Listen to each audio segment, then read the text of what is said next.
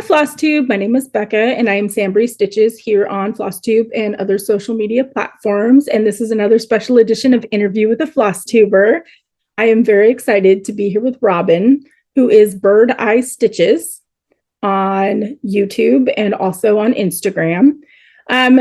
She's a very busy woman. She co-hosts a monthly magazine Facebook group with Carolyn, who is C Zook Stitch, which I'll be interviewing later on.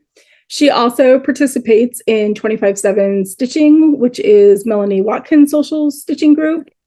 And she's been pretty busy in her personal life too, as far as that goes. She has moved. She has a new puppy and a new job. And I think it's been a little bit since she recorded a floss tube, but I hopefully all settled now and good to go. But it's really nice kind of following basically her move and all that kind of stuff through her floss tube channel. And we got to meet in person at the Acorn Stitch Summit, which was a lot of fun too. So that was pretty cool. So I appreciate you being here today. And we're just going to jump right on into questions. The first one is, why did you start a floss tube, and were there any particular motivations?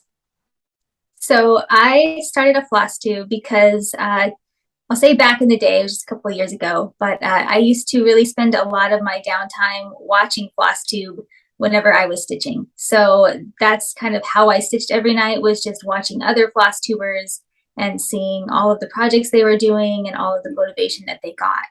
And a lot of them would talk about how in starting a floss tube, that's how they stayed motivated to stitch. Mm-hmm. So I thought if I started a floss tube, number one, I would be more motivated, but more importantly, I could really connect kind of face to face and just, really getting to know other floss tubers, since there really was not any in my area, and especially in my age group. So I could meet other people that had similar interests and just stay motivated to continue stitching.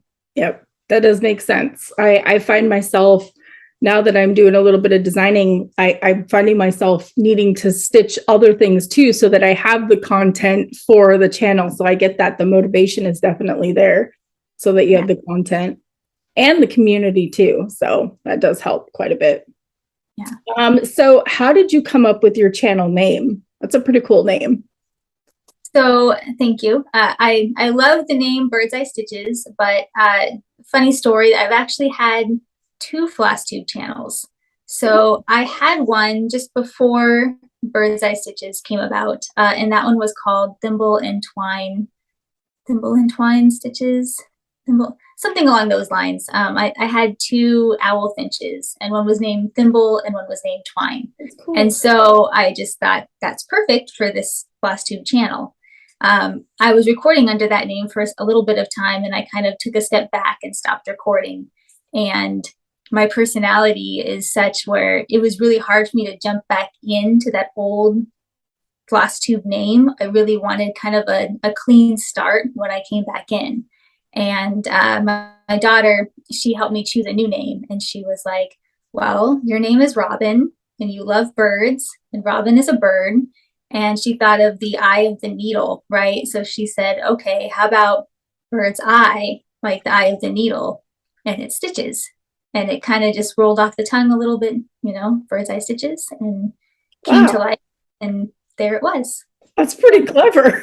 Yeah, I didn't realize that when I said your name, but yeah, that's pretty cool. That's a meaning behind it. I'm like, that's genius. Yeah, kids have a great brain, right? That is true. That is true. Very creative for sure. That's so cool. So how did you learn to stitch, and how long have you been stitching? Well, it has definitely been off and on, right? It has not been the whole time. But I learned how to stitch when I was like 18 or so. So about 20 years ago, I was a dispatcher for a police department. And I worked nights. Of course, when you're brand new, you get stuck on the night shift. And all of the dispatchers cross-stitched. It was a smaller agency, so we had to stay awake. You had to stay engaged. And so everybody cross-stitched. They all had the old cross-stitch magazines, and everyone just passed them around. And that was like that was the cool thing to do in that environment. And so I learned how to stitch and fell in love with it. And I think I'm the only one of that group that still stitches, but that's, I was going to ask if they all, if you stayed in touch with them. They all picked up knitting, and other needle arts that I don't do. And so I just stayed with it. Yeah. Oh, that's neat to be surrounded by other people. And that's how you got started. And then it just hooks you. Well, for most people, I guess it just hooks you, but how neat. Correct. It definitely hooked me. I went away from that line of work necessarily and just stuck with the cross stitch. So, but I can't stitch at night now. So. Oh, you can't? No, because I go to bed. Like, that makes sense. Now 8:30 rolls around and I'm like, well, time for bed.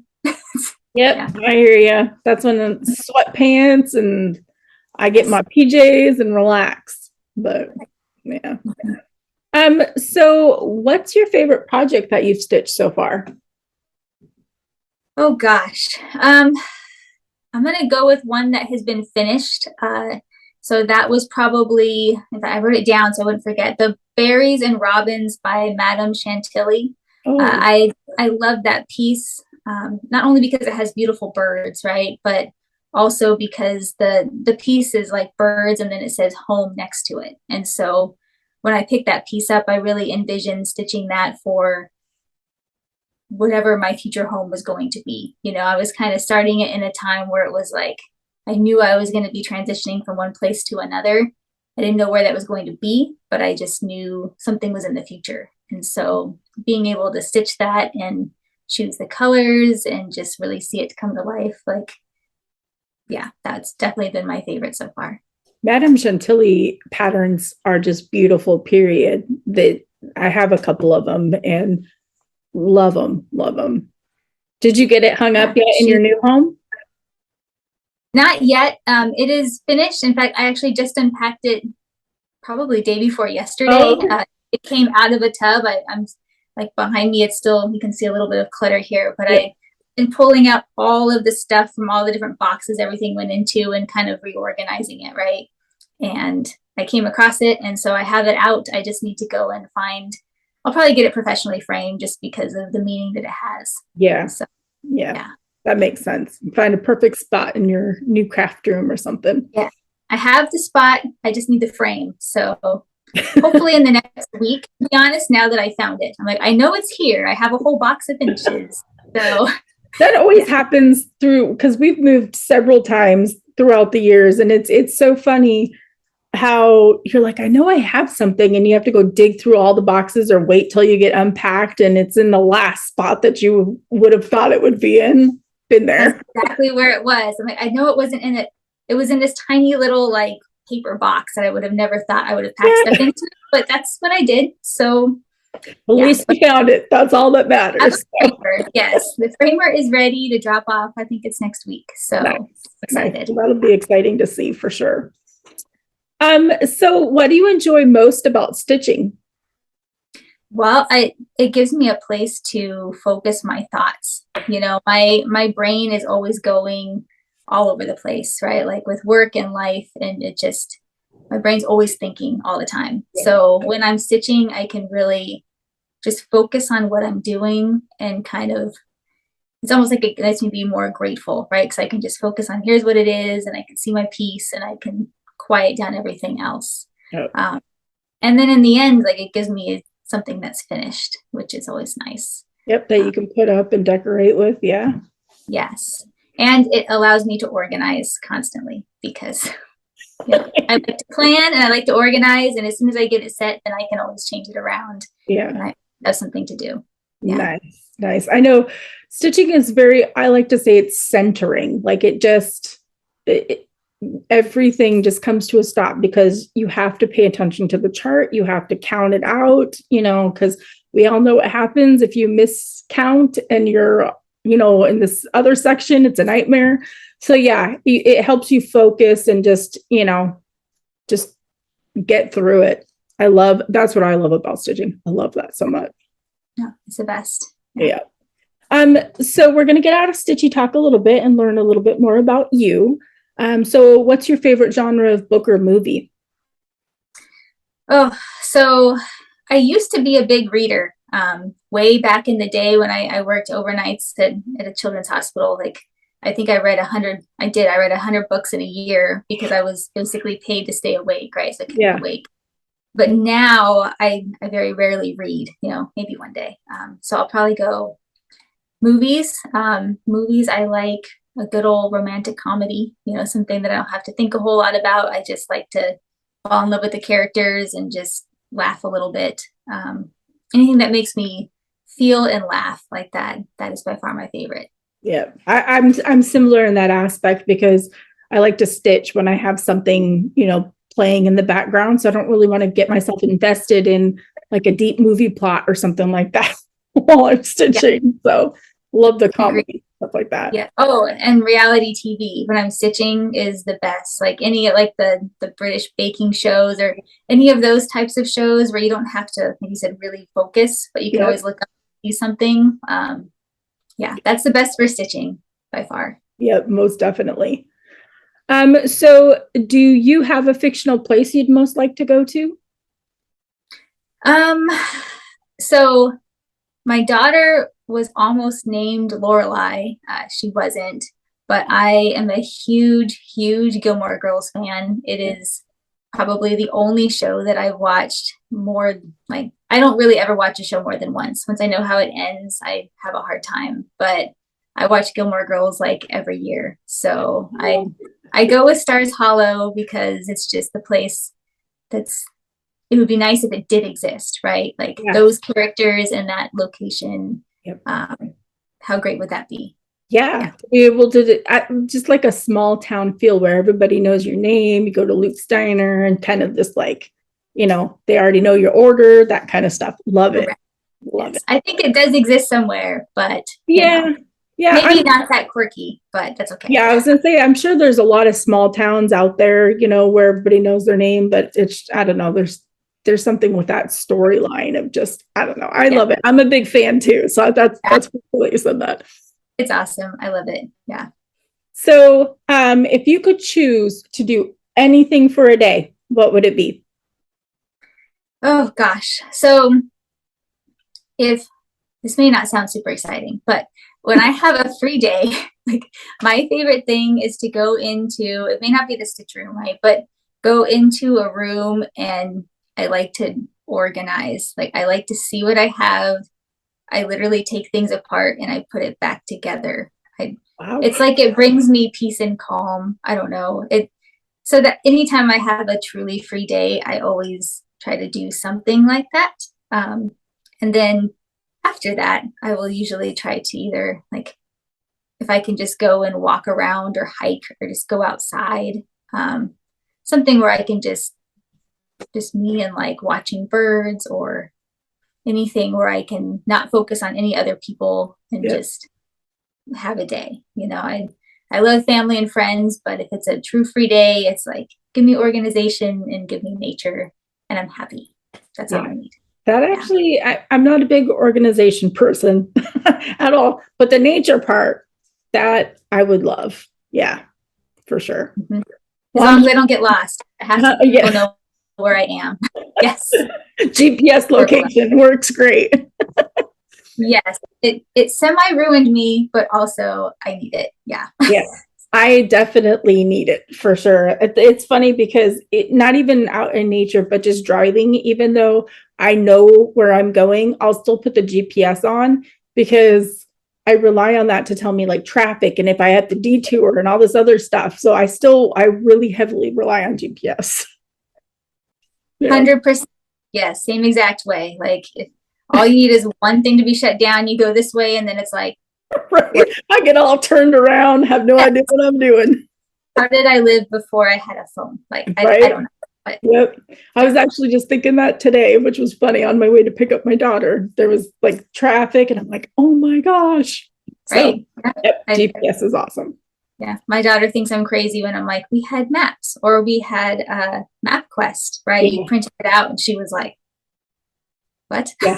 Well, my husband is still very much a map person, not GPS on the phone. He still likes those maps. So yeah, definitely. I get that.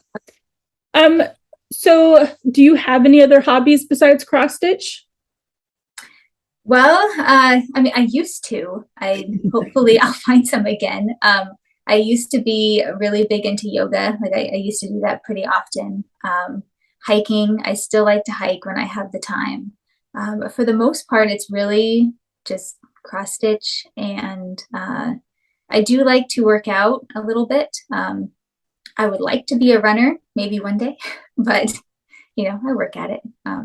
Really, it's work and kid and life, and then cross stitching and relaxing it in the evening. That's definitely my main thing. Yeah. Cross stitching is very time consuming.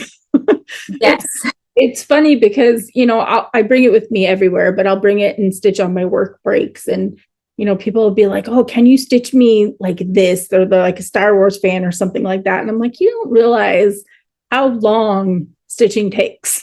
So I get that you can't. I've tried other hobbies. Stitching always takes precedence over all the other ones. So yeah. None of them fill that same void. There's other stuff I do, but it's not a hobby. I don't plan it. I don't look forward to it. I do look forward to it, but it's not in the same way. It doesn't fill the void. Yes. Yeah. There's something about stitching. I don't know. It's amazing. It just sucks you in and takes up all the time, but worth it. It's definitely worth it. Totally worth it. Yeah. This is one of my most favorite questions throughout the interview. And this is, how would your friends describe you? Oh gosh. I love this question. It always gets people thinking. No, because then you just want to send out a survey. Okay. I want to do. Like, how do you describe me? Yes. Some do. I should have done that. Dang it. I think that they would say that I am, I know I'm very hardworking. I really believe in just accountability for everything you do in life, right? And just kind of caring for others. I'm definitely a caring person. I try to do something for others every day, and just every day try to do something that you're proud of, because like, what more is there to life? I love that. Yeah. I think more people need to do that, help others, like do something little to help others, because it creates like this butterfly effect and this chain effect of, like when you go through the Starbucks line and you pay for somebody's coffee and then they pay for somebody else's and that kind of thing. So that's a great right. And I think more people should have that. Yeah. Yeah. Nothing major by any means, but just something where it's like, that you tried your best that day to do something good. You made a difference somehow. Yeah. Yeah. Correct. I like that. Yeah. So, how do you prefer to stitch? Do you use like a hoop, a Q-snap, in hand, that type of thing? I use Q-snaps for the most part, but I can't hold them. I have RA, so if I try to like hold the Q-snap, like my hand will usually cramp up pretty quickly. So I do the Q-snap, and then I use like the Lowry stand, or the really odd concoction of like your knee, like your knee to your chest. And drop it somehow. Yep. Yes. I totally do that all the time. But definitely with the Q-snap, and anything that makes it to where I don't have to grip my hands around it. Otherwise it's like 10 minutes and I'm done. Yeah. Yeah. I get that. I'm a Q-snap stitcher too. And I get the shooting pain because of holding it. So I had to get a lap stand just because it was just the pain in like my elbow and everything like that. So question, since you're a Q-snap stitcher, I stitch in the well, and I get all the time when I post on Instagram, there's somebody that always asks, why do I stitch with my fabric, down below, basically. Mm-hmm. Do you stitch that way, or do you stitch with it on the top? I'm just curious. I stitch it on the top. Okay. I think I'm very much a creature of habit, right? So like whatever way I learn it the first time, like it takes a lot for me to like swap it, because I'm like, this works. However, I need to try it, because there is some great value to that, right? Because like all the time when you get towards the edge, and then I'm over here like with this weird, odd, and then I move it. Yes, I hate to move them so much, and so I just need to like take the jump. Maybe I will do that after this. I will try it. Yeah. Try it. Yes. Yeah. Okay. It I will makes commit it, to trying it. yeah, because it makes it easier, but just finishing on the back because you don't have them blocking the sides too. But yeah, you know, there's a lot of people when they learn stitching a certain way. There's still people that love hoops because they learned with a hoop and that kind of thing. So however it's comfortable. I was just curious because I started with it on top and then I got really annoyed with getting to the edges and stuff like that. And I'm like, I'm gonna try it this other way, and I love it. So. It does annoy me all the time, but then it's just because that's the way I know. Yeah. Which is so funny because I'm only like that in my personal life. Like at work, I'm the opposite. But then in my personal life, it's like, this is what I do, right? Like, yeah. Well, maybe it's just because you like organization and structure and that type of thing. And if you're used to something, it's, why change it basically? It makes sense. It makes complete sense. Right. I'm gonna try it. Yeah, try it and let me know what you think. Hopefully it works for you. Do you happen to have like a preferred fabric that you lean towards at all, or do you stitch on anything? I sort of stitch on anything. I do lean, like if I could just choose anything for any piece, it's usually either a 32 count, probably like a Lugana. I like a softer fabric. I'm drawn to like the way it feels on my hand, even though I don't feel it that much. But like a Lugana is nice. I do like Aida, but only if it's soft, like an 18 count Aida. I love, but it has to be soft. Yeah. And nothing crazy like 46 counter. Like I see pieces like that and it's beautiful and it's amazing. I don't want to work that hard. I get that. I'm an 18 count Aida stitcher, 18 and 20 count. But since I've started stitching samplers, with like the over one and stuff, I need to wear magnifiers. Like I had to buy a couple different pairs of glasses to try them out because I can't see the holes even with my glasses. So it's turning into work. That's what it's turning into. Yeah. Right? Yeah. Just not making things difficult. No. So do you have a favorite place that you've traveled, and did you bring stitching along when you went? I've lived in a lot of places. Like we used to move every year, like my whole childhood. We moved all over, right? Like even if it was in the same city, like we were just moving every year. And so now like I travel, but it's usually semi-local-ish, right? So I live in Arizona, but I think that my favorite travel location, at least as of late, has just been San Diego. It's a nice, easy location to get to, and it has the ocean, which I love, and it has all sorts of different sights to see. So I think San Diego's probably been my favorite, at least as of late. I do bring stitching when I travel, but it's typically only worked on during the actual travel. So if it's on a road trip, I mean, not driving, obviously, but like I will stitch in the car a little bit or on the plane. But once I get there, I very rarely do any stitching. I'm usually like sightseeing or doing something else. And I want to work on it at night when I get to the hotel, but I just pass out. Yeah, I was like, you probably yeah, I always say I'm 85 years old. So I get back and I'm like, no. Out. Yeah. I mean, it's good to bring with you, especially if you're flying and there's delays or anything like that. Time flies when you're stitching. Like it's crazy. I lose track of time every time I stitch. So yeah, that'd be great for traveling for sure. But once you get there, maybe one day, but I'm vacation mode. Yeah. Makes sense. I mean, that's the whole point of a vacation is to fill it with, sightseeing or relaxing for some people by the pool. Who knows? Right. No problem. Yeah. So I'm curious, what can you not do without for your stitching? Like your favorite go-to must have besides the basics that we need?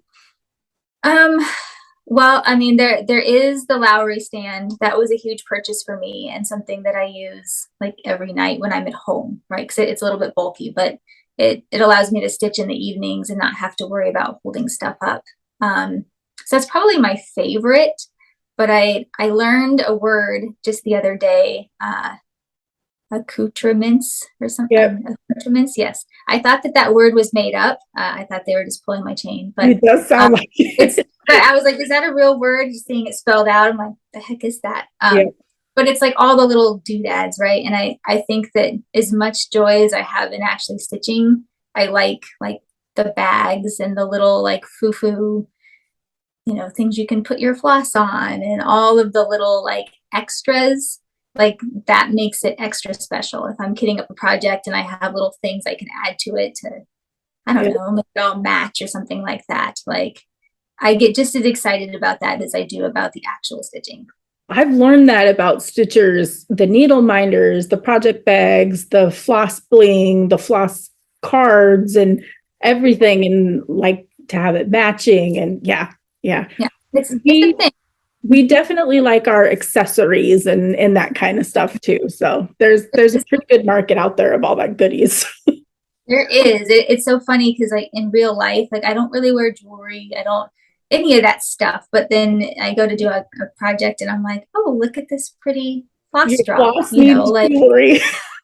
yes, like I used to use index cards and now I'm like, oh, look at this one. Yep.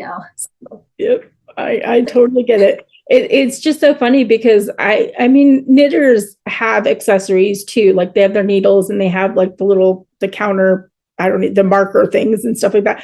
But I think for like needlework type of stuff, I think the cross stitchers, like we have the most accessories that we just want because they're pretty and they match and that kind of thing. And it's just more money. Money.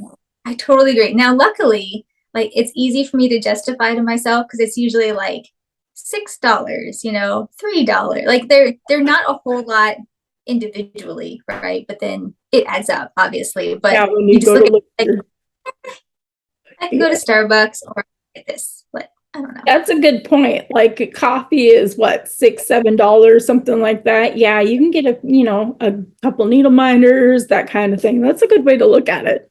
Yeah. Sacrifice some coffee and get an accessory. I love it. That should be the new slogan. Yes, coffee accessory. Yeah. Or that should be a pattern. That's what it should be. Love it. Be. Okay, you need to design that. You design it and then I'll get on it. Yes. Exactly.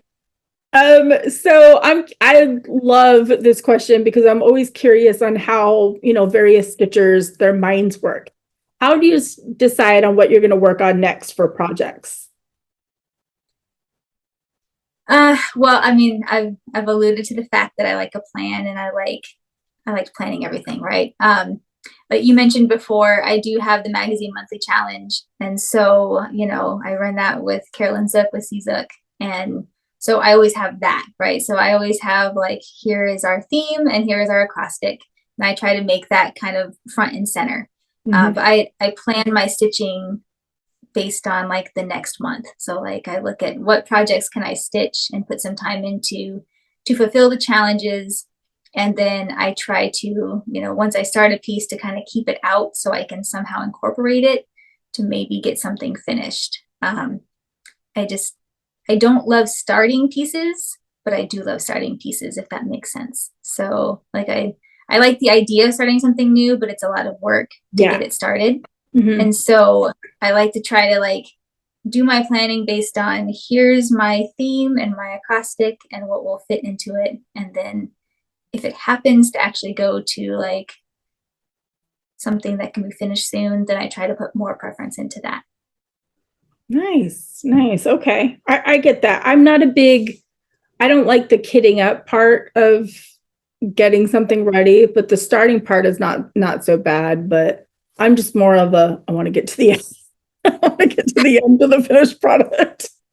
And I'm very odd where I want to get to the end of the product, but strangely, what I look forward to the most is after I finish it, that feeling of getting to dekit, right? Like after you're all done and you get to wind your floss onto a bobbin or something, or you get to put it back where it belongs. That's your organization. Yes, I know. But that part, I feel like that's how I know that it's done. Yeah. More so than the actual finished piece. I'm just like, oh, I get to put all this stuff away and like it's finished. I don't know. But no, that makes sense. I need to take a cue from you because usually my stuff sits around and then like my DMC floss bags or whatever will start piling up and I'm like, oh, now I have to like put them back in numerical. I love that. That brings me so much joy. Everyone's like, you need to come do that. And I'm like, I need to start a business and just do that. I don't know how to do that, but yeah, like retirement goal, you know, I would just love it. I'll just come to your house and I'll just put away all your stuff. Like, yeah. That sounds yes. Yeah. I think people would even pay you for your flights to go to different states, to their homes to organize because I definitely would. We could Netflix special it, you know, like here's a little container. I don't know. Yeah. But yeah, 20 years from now, we'll figure it out. There you go. Yeah, something. But yeah, I am not, my stuff sits around for the longest time. I'm horrible at that, putting away stuff. Okay. Yeah. You're stitching. I'm putting stuff away. So there you go. Yeah. I've tried to justify it. The pile just keeps getting bigger and bigger. And I'm like, you know what? I'm busy. I'm making more projects. Correct. Yes. So we're down to the last question, but before we get to that, I'm just curious if there is something that not very many people know about you that you'd like to share. You know, I don't know. Like, so obviously maybe people who are watching this or watching your channel obviously would probably figure it out, but not a lot of people in my personal life know that I have a floss tube, right? Like they might know that I love to cross stitch because I talk about cross stitching, but I work, you know, in like support staff, but like I work in like a law enforcement environment and I work with people who would be like, what the heck, floss tube, you know, and it's not so much of like, I don't want to share it, but it's such a big part of my life that I don't know, I don't really share with people for some reason. And it's something that I definitely want to change in the near future. But it's something that I think when I do share with people that I have a YouTube channel, right? Because I'm very much, you know, introverted. Like I'm not really a on camera person. So if I'm like, I have a YouTube channel, they're like, what? Really? Number one, really? And number two, cross stitch? Like people have a cross stitch YouTube channel. Right? Yeah. But I'm like, it's a real thing, you know. I talked about going to a cross stitch, you know, like conventions and stuff, and they're like, are you joking? I'm like, no, I'm serious. Like that, it's real. Like it's glorious and real. Yeah, I get that a lot. It's funny, the reactions from people because, you know, like I said, I bring it everywhere and people are like, I don't have the patience for that, or that looks so boring, and comments like that.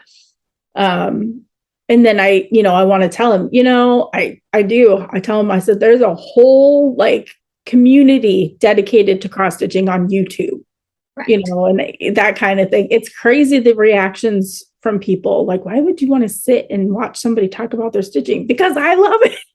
Right. They're like, people watch Gamers Game, you know? Right. It's the same thing. Like, you just show your piece. I'm like, yes. And they're like, what? I'm like, yeah. And I watch everyone else do it and it's glorious. Like it's so entertaining. Yeah.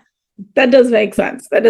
So in the new year, you should start telling people a little bit more about the channel. I made like little business cards because I ran into people. We were up at Hurricane Ridge, which is like a popular destination for like people traveling from all over the world to go up to Hurricane Ridge and walk around and hike around in the mountains and stuff. And since I can't do much hiking, I'll sit while my husband goes and does it, and I'll sit and stitch. And I've had people come by and be like, oh, I didn't think to bring my stitching, or, oh, what are you doing? And I'll whip out my business cards and I'm like, check out the YouTube, that kind of thing. Awesome.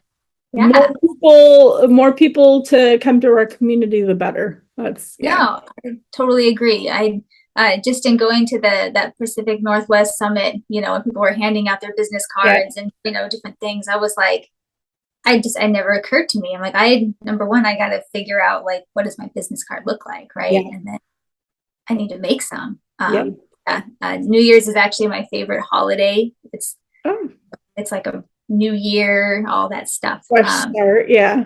Yes, the fresh start mentality, creature of habit. So I look forward to New Year's, and that's on my list for next year of, really focusing on my cross stitch and my floss tube, and just more than anything, really putting myself out there, because it's a very like vulnerable, like, look, this is me. Here's what I do, putting that out there. Yeah. Good. That'll be a good resolution for sure. Get your business card made up and, just hand them out to people who are like, oh, what's that or whatever. And it'll build your channel, but it'll also help the community as well. Because once they discover like your channel, or from my business card, mine, it opens up a whole new world of other, videos and stuff like that. Yeah. So maybe they'll start one too. Yeah. Perfect. 100%. Yeah. Yep. The more the merrier. We just keep on making the floss tube bigger. Yeah. There is more than enough to go around. So, yeah. I'm learning that from just doing these interviews. There's a lot of floss tubers out there. Yes. A lot. True. Okay. So we are on to the last question. And this is my most favorite. And I leave this to the end for a reason. And it's, what's the best thing that has happened to you within the past couple of years? It's been a rough couple of years. That's why I ask. Yes, I was going to say a couple of years. I mean, God, it's like everything, and the last couple of years of all good things have happened, but it has been just like a true life journey, right? Like, new home, I did go through a divorce, and all things were fine in that. But just really going through the path of like discovering yourself and discovering what you want your life to look like, with me and my daughter, and and my ex too, but just really like coming into a place of like, this is my life, putting down roots, like this is what it's going to be from here on out, and figuring out what that looks like, and then doing it. Like, I don't even know how to fully describe it, but well, it's kind of like a fresh start again. Yeah, it's my whole fresh start thing that I do for everything, but like in the entire life. So it's just everything is great and terrifying at the same time. So yes, but I wouldn't want it any other way, truly. Like, just having the freedom to be able to say, I'm going to focus on this, or I'm going to do this. And then it's really just on you to do it. Right. So very empowering, I'm sure. Yeah. Yes. Very. Yeah. Really cool. Well, you've had a journey. So hopefully you're settled, and you get, your organization and unpack done, and start the new year just kind of fresh, and keep on going and discovering, who you are and what you want to do, and that kind of stuff is I think that would be pretty exciting for sure. Yes, I'm very excited. It's going to be a whole new year, beyond regular life in the cross stitch land. I'm going to a couple different, cross stitch retreats, and kind of discovering that. I kind of dipped my toe in with the Northwest one, or the Pacific Northwest one. So seeing what that was about, and being like, oh, it's a whole grouping of people, like people with the same interests, just having a whole year of those type of events to look forward to. I'm excited. Yeah. That was my first in-person retreat too, and it was pretty amazing. And that really got me excited about next year as well, with some of the retreats and stuff that I'm going to. Don't like being away from home at all, but just going to that event, which was still close to home for me, kind of helped me get excited for future events. So hopefully we'll get to see each other at some of the retreats at some point. So. Yeah, hopefully. I went with Carolyn from Stitch, and I think if it wasn't for her, I would not have gone to that last one, because just having someone who it's so much easier to go, at least for that first one, with someone that alongside you. So I roomed with a couple of people that I knew, which helped quite a bit. So yeah, I get that. So, well, exciting things are happening next year. That'll be neat to watch for you. Yeah, sure.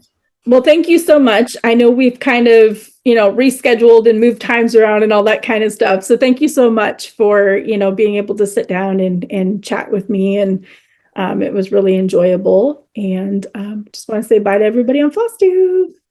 Hi, everybody.